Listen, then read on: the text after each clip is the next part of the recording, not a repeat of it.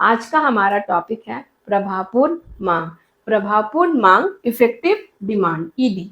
प्रभावपूर्ण मांग सामूहिक मांग के उस स्तर को कहते हैं जिस स्तर पर वह सामूहिक पूर्ति के बराबर होता है। यहाँ पर हम इसे एक चार्ट के माध्यम से समझेंगे। यहाँ पर देखिए, आय स्तर, इनकम लेवल जिसे हम वाई से डिनोट करते हैं, उत्पादन स्तर, आउटपुट लेवल ओ, रोजगार स्तर, एम्प्लॉयमेंट लेवल एन, वह निर्भर करती है ईडी यानी प्रभावपूर्ण मांग पर। प्रभावपूर्ण मांग के दो निर्धारक तत्व हैं, सामूहिक मांग एडी एग्रीगेट डिमांड, सामूहिक पूर्ति एग्रीगेट सप्लाई। अब हम सबसे पहले सामूहिक मांग के बारे में पढ़ेंगे। सामूहिक मांग के दो निर्धारक तत्व हैं। पहला है उपभोग मांग जिसे हम कंजम्पशन डिमांड कहते हैं। दूसरा निवेश मांग, इन्वेस्टमेंट डिमांड। कंजम्पशन डिमांड वह निर्भर करता है आय स्तर, इनकम लेवल, उपभोग प्रवृत्ति, प्रोपेंसिटी टू कंज्यूम, गुणक, मल्टीप्लायर।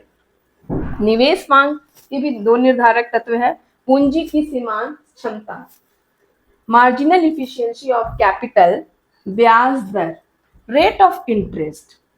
रेट ऑफ इंटरेस्ट, मुद्रा की मांग, मनी डिमांड, मुद्रा की सप्लाई, मनी सप्लाई पर निर्भर करता है। सबसे पहले अब हम एग्रीगेट डिमांड के बारे में पढ़ेंगे कि एग्रीगेट डिमांड की परिभाषा क्या है और उसके निर्धारक तत्व कौन कौन से हैं उसके बारे में अब हम सामूहिक मांग के बारे में पढ़ेंगे। सामूहिक मांग है क्या?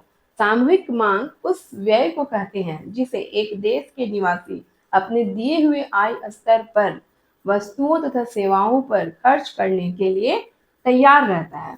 इसका एक यहाँ पे समीकरण दिया हुआ है। सामूहिक मांग जो है वह किसके किसके बराबर होता है? उपभोग व्यय प्लस निवेश व्यय, जिसे हम शॉर्ट में इस प्रकार से भी लिख सकते हैं, या AD is equals to C plus I, C consumption, I investment. अब हम आगे बढ़ते हैं। सामूहिक मांग जो है उसे हम सामूहिक व्यय भी कह सकते हैं और उसके बराबर है, और सामूहिक व्यय आय पर निर्भर करती है, इसलिए एडी इज इक्वल्स टू हम आई भी कह सकते हैं इसे।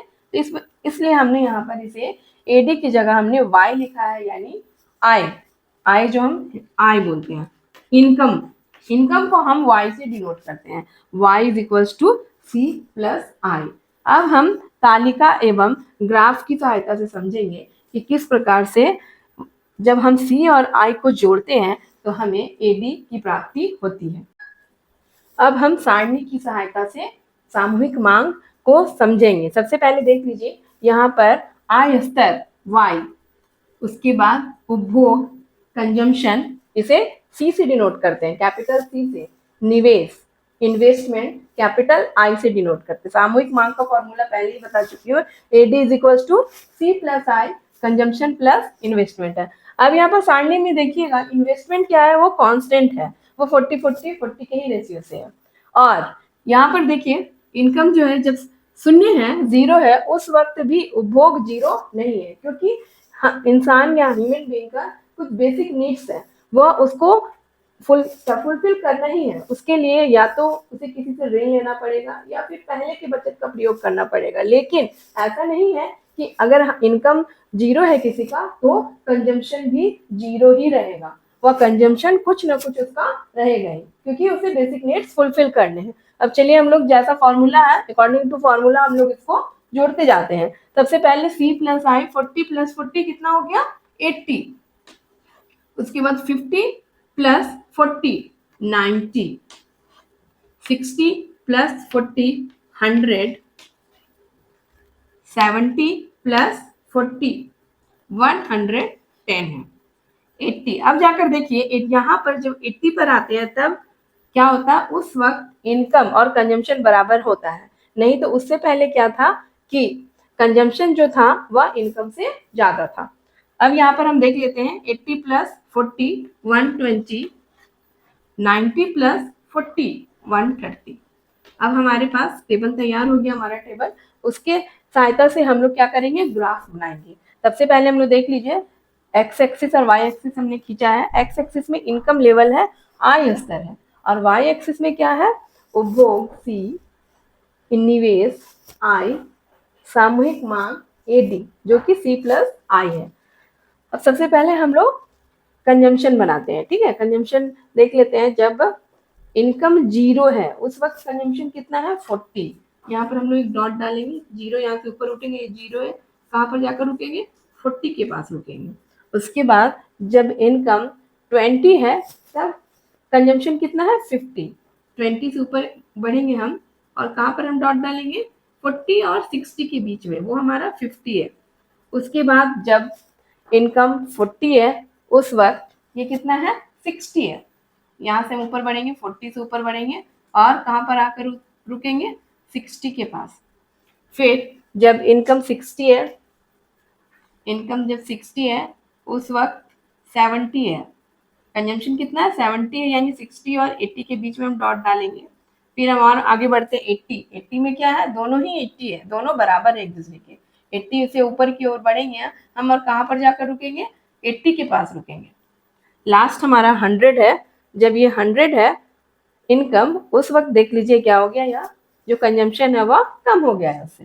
देखिए 100 से ऊपर बढ़ेंगे और कहाँ जाएंगे हम, कहाँ पर जाकर रुकेंगे, 80 और 100 के बीच में 90 है। अब इन सारे डॉट को हम मिलाएंगे, और इस डॉट जो हमारा, हम सारी डॉट को मिलाकर जो रेखा बनाए खींचते हैं, उसका नाम क्या होगा, सी होगा। मैं इसे मिलाती हूँ, या बिल्कुल देखिएगा एक सीधी रेखा बनेगी, क्योंकि कांस्टेंट रेट से यह बढ़ रहा है। अब इन सारे डॉट को हम मिलाते हैं, और सारे डॉट को मिलाएंगे तो देखिए एक सीधी रेखा खिंचाएगी हमारी, इसका नाम क्या है, सी।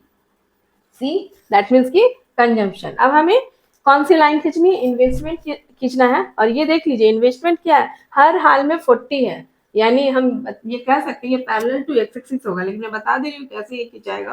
सबसे पहले तो कैसे ये ड्रॉ होगा, सबसे पहले जब इनकम 0 है उस वक्त यह कितना है, 40 है। उसके बाद देखिए जब 20 है तो 40 है, जब इनकम 40 है तो भी यह 40 ही है, 60 है 40 है, 80 है 40 है, 100 है तो 40 है। सारे बिंदुओं अगर हम मिलाते हैं तो देख लीजिए क्या होगा, ये भी ये पैरेलल टू एक्स एक्सिस होगा। इसका नाम क्या है, आई, सी और आई। अब हमें कौन सा खींचना है, कौन सा वक्र खींचना है, एडी। एडी देख लीजिए, जब इनकम 0 है उस वक्त या 80 है, 0 से ऊपर की ओर बढ़ेंगे, कहां पर जाकर रुकेंगे, 80 के पास। जब 20 है कितना है, 90 है। जब 40 है, 100 है। 40 से ऊपर की ओर बढ़ रहा है, कहां पर जाकर रुकेंगे, 100 के पास। 60 से ऊपर बढ़ेंगे, कहां पर जाकर रुकेंगे, 110 के पास। 80 से ऊपर बढ़ेंगे, देख लीजिए कहां पर जाकर बढ़ेंगे, ऊपर जाएंगे हम, 120 के पास जाकर रुकेंगे, 120। और जब 100 से ऊपर की ओर बढ़ेंगे तो हमारा हम कहां पर जाकर रुकेंगे, 130। अब इन सारी रेखाओं को हम, सारी बिंदुओं को आपस में मिलाकर देख लीजिए, ये हो गया एडी बन गया, जो कि क्या है, इज इक्वल टू C+I है। अब हम लोग आगे बढ़ेंगे, ये और अच्छे से खींच देते हैं। ये अगर ये देखिए,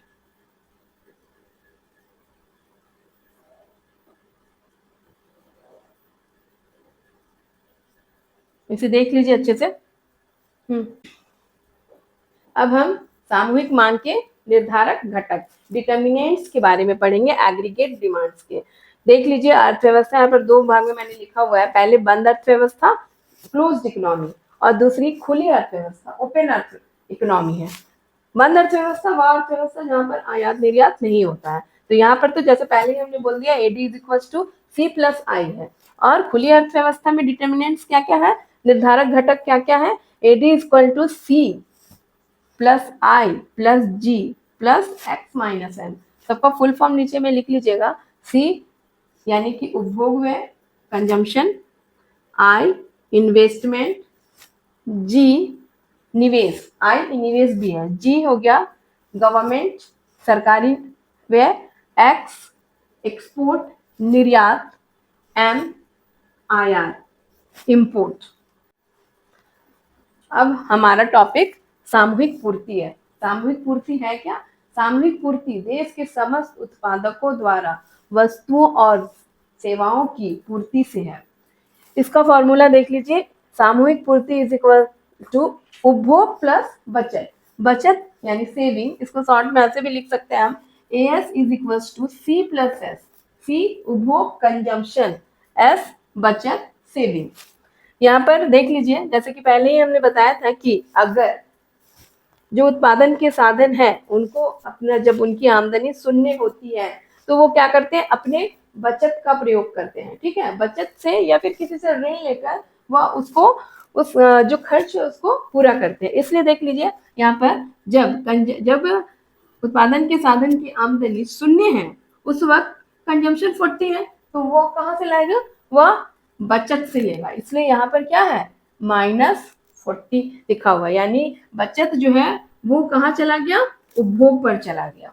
ठीक है, इसलिए देख लीजिए जब तक ये बढ़कर 80 तक नहीं जाता है या शून्य नहीं होता है, उसके बाद ही आगे फिर ये देख लीजिए यह बढ़ रहा है। उससे पहले क्या हो रहा है कि सारा जो है वो माइनस में है, क्योंकि वो उपभोग पर चला जा रहा है उसका भी। अब हम फिर से इसको जोड़ते हैं, उसी हिसाब से C प्लस एस है। C यानी कंजम्पशन 40 है और S क्या हो गया, -40 हो गया।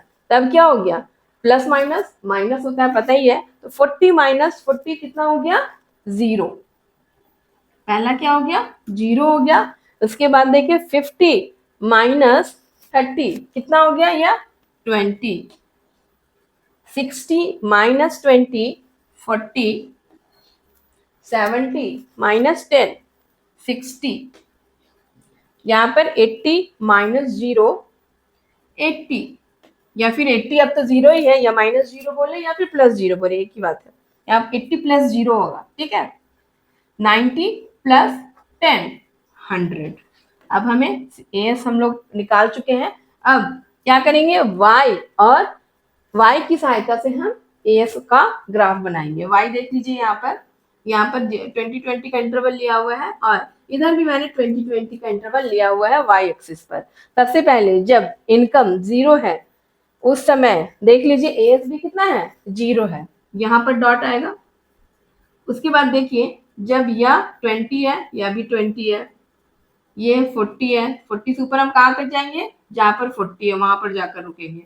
60 है, 60 से ऊपर हम कहाँ तक जाकर बढ़ेंगे, जहां पर यह है 60, क्योंकि दोनों एक ही है। यहाँ पर देख लीजिए 80 है तो ये भी 80 ही है, 80। यहाँ से ऊपर जाकर कहाँ पर रुकेंगे, 80 के पास रुकेंगे।